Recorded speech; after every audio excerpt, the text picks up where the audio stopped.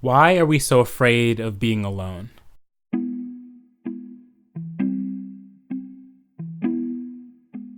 I want to use a scene from an episode of Wolf 359 as the gateway, the jumping off point, not to necessarily answer the question, but to provoke and provide a spin through my own train of thought, in the end hopefully creating something that is more than just incoherent rambling, something meaningful. Disclaimer aside, in this scene, Dr. Hilbert, the research scientist of the Hephaestus space station, mulls over the question, why are we so afraid of being alone, in a thought experiment, presented as an internal monologue that raises more questions about our human sensibilities than it answers. Those sensibilities being how we connect to our fears and overcome them, but also what it means to be alone, truly alone. There's a joke the doctor tells, which sets this train of thought into motion. The three wishes joke. It's a classic one told in many different ways, but in the one he tells, three men are stranded on a deserted island, starving, terrified, afraid, and one day they find a magic lamp, rubbing it to reveal a genie inside. This genie promises to grant them each a wish. Man number one wishes to go home to his family. Genie goes poof, and the man goes away. Man number two wishes to go home to his wife. Genie goes poof, and the man goes away. Man number three cries out in desperation, "I do not want to be alone. I wish my friends were back here." This joke is pretty funny. It plays with our expectations, but it's so intriguing to me because the true sentiment of what the third guy desperately wants is what I would consider to be a desire buried so deeply within us, it's only human to act on that desire in such turbulent times. For one reason or another, we fear being alone. How do we deal with fear? Well, that answer has always depended on our circumstances, specifically the form of fear we are dealing with.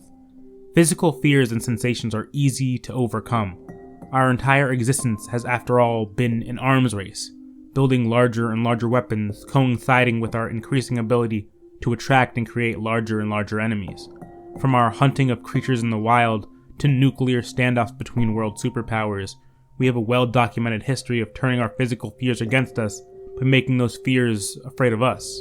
Physicality means defeatability. If I can see what I'm afraid of, attach that fear to something tangible, and with enough reasonable thought and a concerted effort, maybe I can destroy it, destroy what ails me, ridding me of that fear for good. But it's the metaphysical, the intangible fears we haven't quite figured out yet. We haven't quite figured out a way to overcome them. Death, for example, is the great equalizer. It comes for us all, yet still we've spent so much of our existence trying to remedy death or escape its grasp. We fear it because it's unknown, unknowable, and isolationism and inaccessibility is very much the same way. Hilbert goes on to say that the real scary part of being alone is the quiet corner of our minds that nag us, whispering back to us, "How can you truly be sure you are alone?" And I think the backdrop of the setting in particular speaks to that uncertainty. Space is often used as a metaphor for isolationism. Its vast and empty nature integral to its identity in our minds as the great sea of nothingness, but also possibly a home for extraterrestrial life.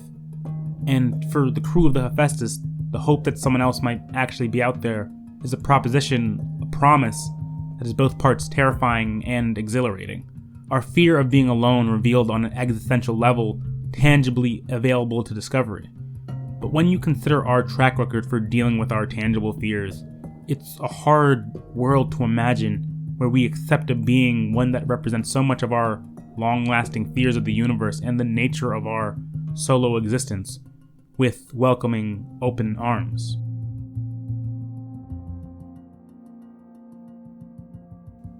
To be alone is to be quantifiable, the definite, the controllable, and as a man of science, Dr. Hilbert understands this fact.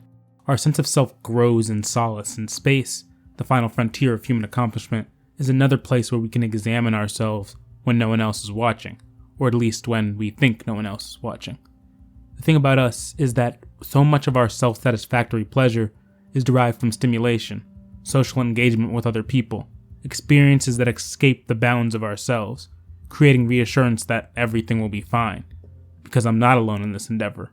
It's only until we retreat to the quiet comfort of our minds, of our singular existence, where the only person left to engage with is ourselves, that we can truly ask the toughest questions, truly get to the bottom of what we believe in, what we desire, what we care for, even if we have to carry those biases from the outer world to the inner one.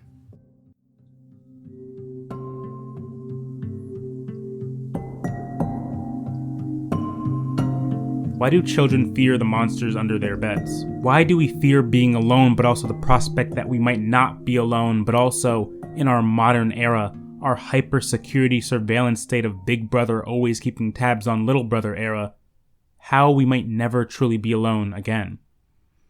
Why do children fear the monsters under their bed when we insist to them that if it doesn't exist in the light, we need not be afraid of it in the dark?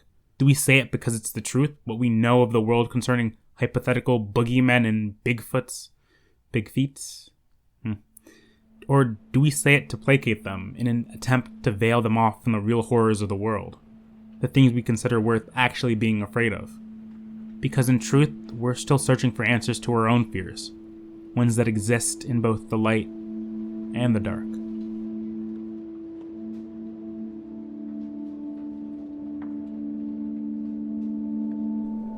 Mind Theater is a solo effort produced and written by me, Vdet. To subscribe, look for Mind Theater on Spotify, Apple Podcasts, or wherever you get your podcasts.